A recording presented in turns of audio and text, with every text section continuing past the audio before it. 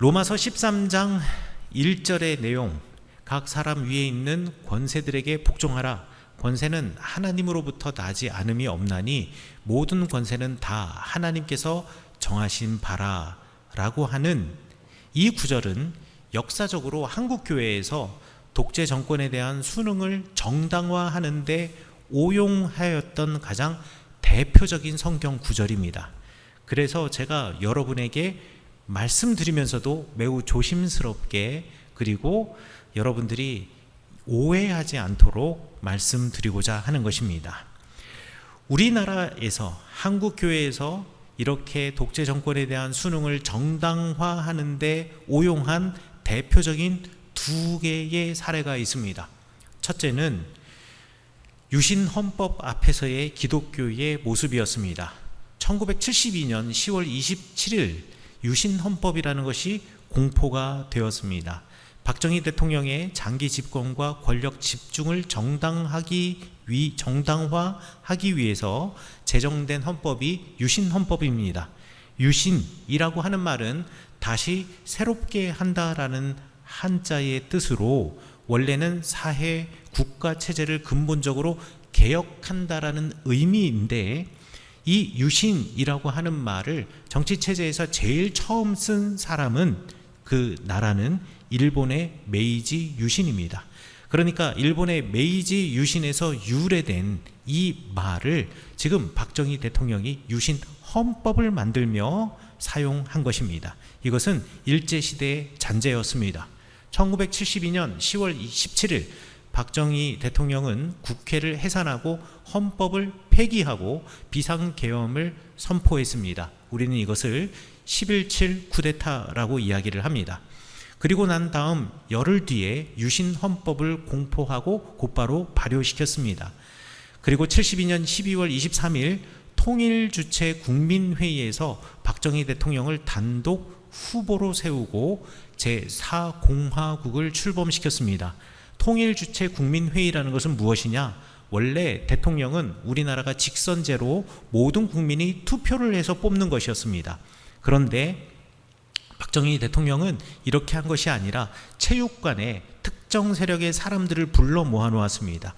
대표적인 단체들은 재향군인회, 새마을운동본부, 자유총연맹, 그리고 각 대한상공회의소 등 관변 단체들과, 그리고 정부가 지명한 지역의 유지들로 구성된 소수의 사람들이었습니다.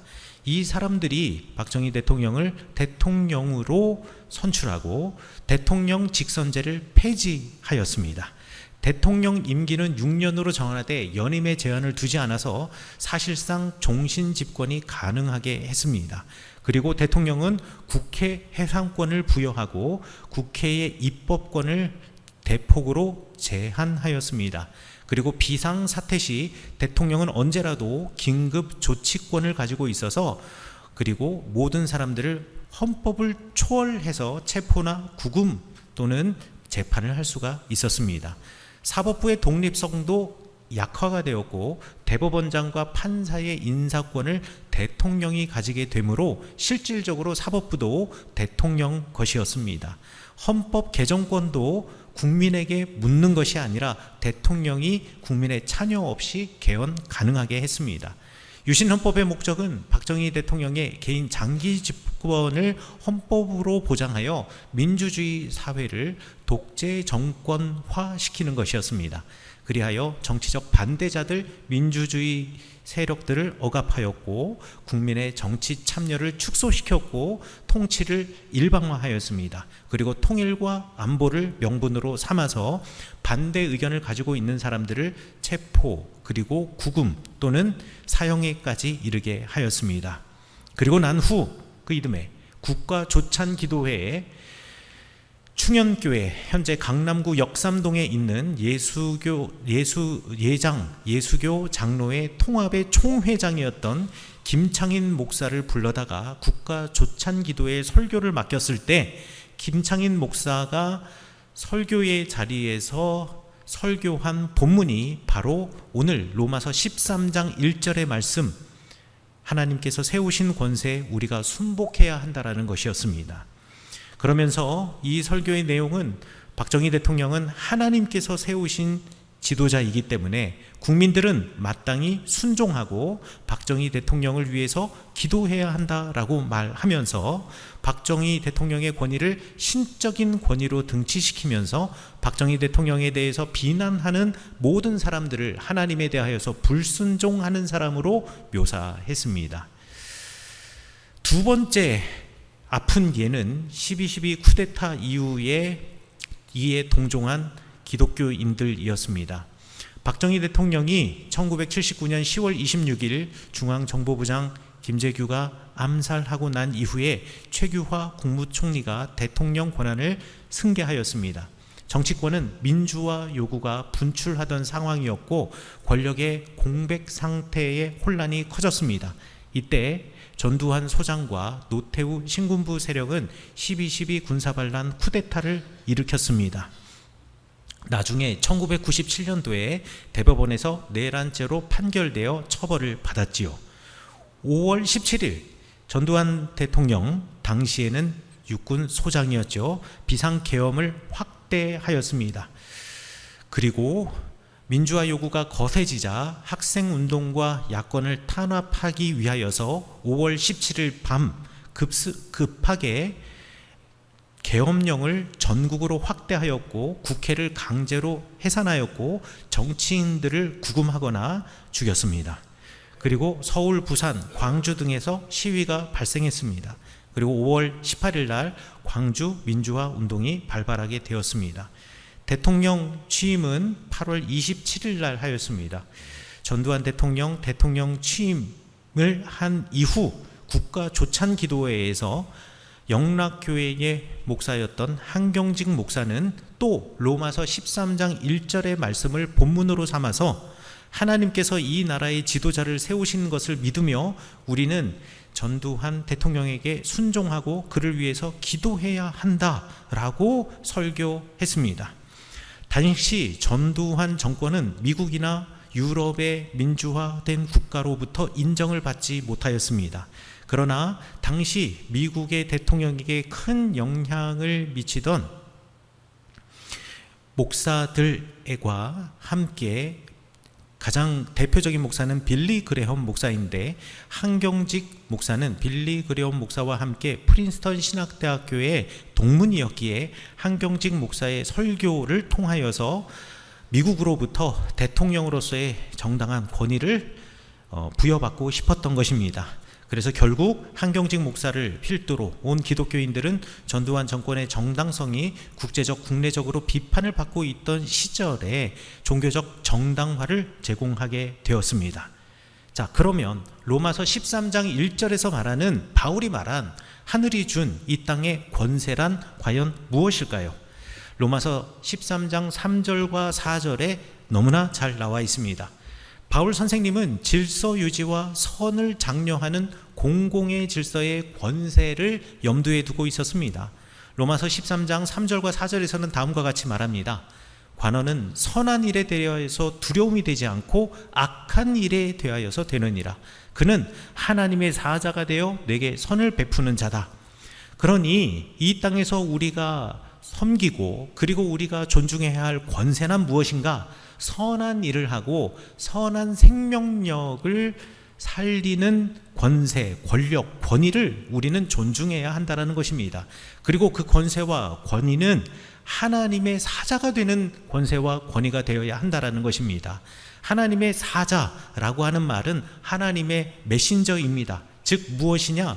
권위와 권세를 가진 그가 하나님의 뜻을 이 땅에서 실현해내는 권세이냐, 실현해내는 권위이냐라는 것을 우리가 바라보며, 바울은 이상적인 공공 권력을 전제하며 선을 장려하고 악을 억제하는 권세, 권력, 이 정부에 대하여 우리가 순종해야 하고 복종해야 한다라고 이야기를 하는 것입니다. 그러면 불의한 권력에도 복종해야 하는가? 그렇지 않습니다. 성경은 전적으로 그렇지 않다라고 가르칩니다. 출애굽기 1장에 보면 이집트의 파라오는 히브리 산파들이 명령을 내려서 히브리 산파들이 태어나는 남자 아이들을 모두 죽이라고 하였습니다. 그런데 히브리 산파들이 그렇게 하였던가요? 그렇게 하지 않았습니다. 남자 아이들을 살해하지 않았습니다. 결국 그 아이들 중에 모세가 있었습니다. 우리는 히브리 산파들이 하늘이 부여한 이 땅의 권력에 대하여 순종하지 않은 불의한 사람이라고 말하십니까? 그렇지 않습니다. 성경은 그렇게 가르치지 않습니다. 다니엘서 3장에 보면 페르시아의 왕이 사드락과 메삭과 아벳느고를 비롯한 당시 모든 사람들에게 황제를 숭배하고 우상을 숭배하라고 하였습니다. 그때 다니엘과 다니엘의 세 친구인 사드락과 메삭과 아벳느고는 황제의 명령, 우상 숭배 명령을 거절하였습니다. 그리고 사자굴에 들어가는 위험을 감수하였습니다. 감내하였습니다. 그렇다면 다니엘과 그의 친구들은 하늘이 내려준 이 땅의 국가의 권력에 불순종한 불의한 사람이라고 말할 수 있겠습니까? 그렇지 않습니다. 오히려 우리는 이 사람들을 믿음의 모범이라고 이야기를 합니다. 사도행전 5장 29절에서는 사람보다 하나님께 순종하는 것이 마땅하니라 라고 말하고 있습니다. 즉, 이 땅의 권세가, 이 땅의 권력이 하나님의 뜻과 명백히 어긋날 때 우선순위는 하나님이 되어야 하고 그것이 하나님의 마음과 일치하는가 합하는가를 우리가 보며 그에게 순종하기도 때로는 그에게 불복종하기도 해야 한다는 것을 성경은 가르치고 있습니다. 정리해 보자면 권세가 하나님의 뜻과 일치할 때 우리는 순종하고 복종해야 합니다. 그러나 권세가 악을 행하고 하나님의 뜻을 거스릴 때 우리는 양심에 따라 저항해야 합니다. 불복종해야 한다는 것입니다. 그리고 권세가 부당하더라도 그것이 권세가 부당하더라도 반란이 복음을 해칠 경우에라도 우리는 평화롭고 지혜로운 방식으로 저항해야 합니다. 그 방식은 무엇입니까? 선으로 악을 이기는 것입니다. 로마서 13장 1절부터 7절까지의 말씀은 권력 자체를 신성시하거나 맹목적인 복종을 요구하는 것이 아닙니다. 하나님께서 질서를 위해 권세를 허락하셨지만 그 권세가 하나님의 정의와 공의를 해칠 때에는 저항할 자유와 책임도 성도에게 주어졌다라는 것을 성경은 이야기하고 있는 것입니다. 즉, 기독교인은 권위에 순종하는 사람이면서 동시에 불의에 저항하는 사람이어야 합니다.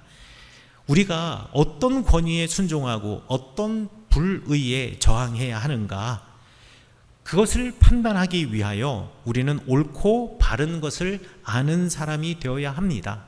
그러면 옳고 바름의 기준은 무엇이겠습니까? 옳고 바름의 기준은 우리의 창조주 하나님이자 또한 십자가 예수님이 우리 옳고 바름의 기준이 되어야 합니다. 하나님은 창조주 하나님입니다. 생명 없는 것에서 생명을 창조하신 분이십니다. 십자가의 예수님은 우리를 살리시는 분입니다. 죄 때문에 죽을 수밖에 없는 이지만 기꺼이 자신의 생명을 내어주심으로 오히려 우리를 살리신 분이십니다. 그러니 우리의 기준은 무엇이 되어야 하겠습니까? 창조주 하나님이자 곧 예수 그리스도가 되어야 합니다. 창조주 하나님과 예수 그리스도를 기준 삼을 때 우리가 옳고 바름을 확인하고 판단하는 기준은 분명합니다. 그 권세가, 그 권력이 생명을 살리는가 아니면 생명을 죽이는가. 그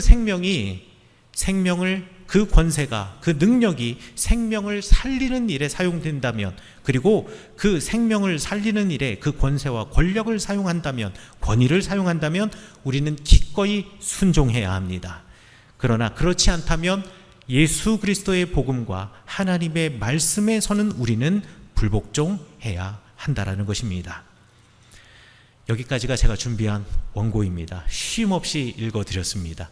여러분들이 너무 진지하게 읽으면 나중에 저한테 다른 이야기 하실까봐 제가 쭉 쉼 없이 읽어드렸습니다. 우리는 이 땅에 하나님의 사람으로 살아가야 합니다. 하나님의 사람으로 살아갈 때 마음의 기준을 가지고 있어야 합니다. 결론은 그겁니다.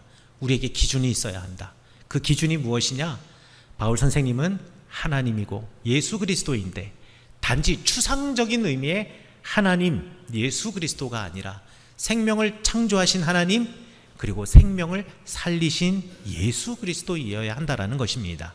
그렇기 때문에 우리의 삶의 기준도, 우리의 옳고 바름의 기준도 이것이 생명을 살리는 일인가 아니면 생명을 해하는 일인가라는 것을 여러분 잊지 마시고 항상 생명을 살리는 자리에 서시고 생명을 살리는 편에 서 계시는 여러분 되시기를 간절히 축원합니다.